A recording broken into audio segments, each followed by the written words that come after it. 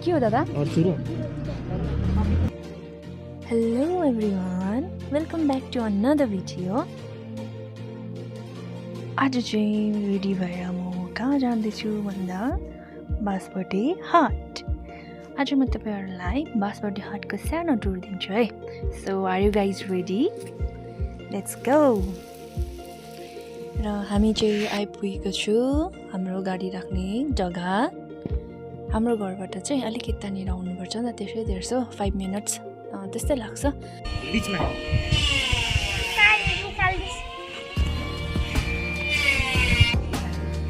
एकछिन दादाले यहाँनिर बाइक निकालिन्छ चाहिँ म चाहिँ यहाँ नानीलाई हेर्दैछु।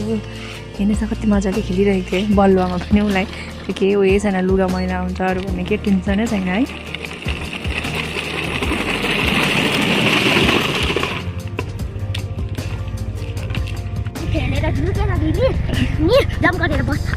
यसमा चाहिँ पेट्रोल चाहिँदैन।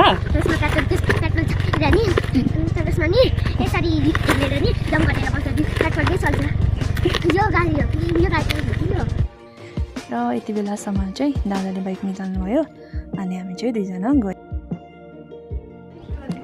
हामी चाहिँ बाँसबटे पुगिसकेको थियो अनि यहाँनिर हेर्नुहोस् न हामीले के चाहिँ देखिँदैन। के हो दादा? ए हजुर त्यस्तो हुन्छ।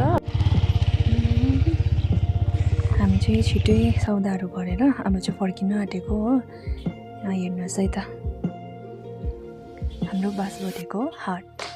यो चाहिँ एभ्री स्याटरडे चाहिँ हाट लाग्छ हो। त्यस्तो अब ठुलो त छैन, सानो हाट लाग्छ तर सबै अब चाहिने कुराहरू चाहिँ पाइहाल्छ हो।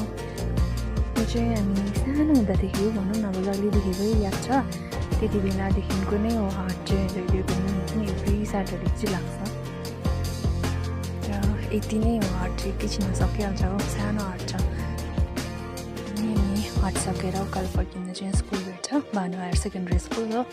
पहिला हामी स्नो वाइट स्कुल पढ्दा चाहिँ यहाँ भानु जुनियर स्कुल भनिन्थ्यो, तर अहिले चाहिँ क्लासेस अप टु 12सम्म भएकोले गर्दा हायर सेकेन्ड्री भएको छ। यही स्कुलबाट पास आउट हुनेहरू सबैजना त होइन, तर कतिजना चाहिँ सानो पोस्टदेखि लिएर ठुलो ठुलो पोस्टसम्म पनि पुगेको छ हो।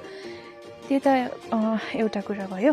तर अर्को कुरा के भने यो स्कुल किन फेमस छ भन्दा चाहिँ थ्याङ्क्स टु अनिल सर। उहाँले यहाँ आर्मी ट्युसन गराउनुहुन्छ अनि टाढो टाढोबाट पनि यहाँ चाहिँ ट्युसन पढ्नु आउँछ।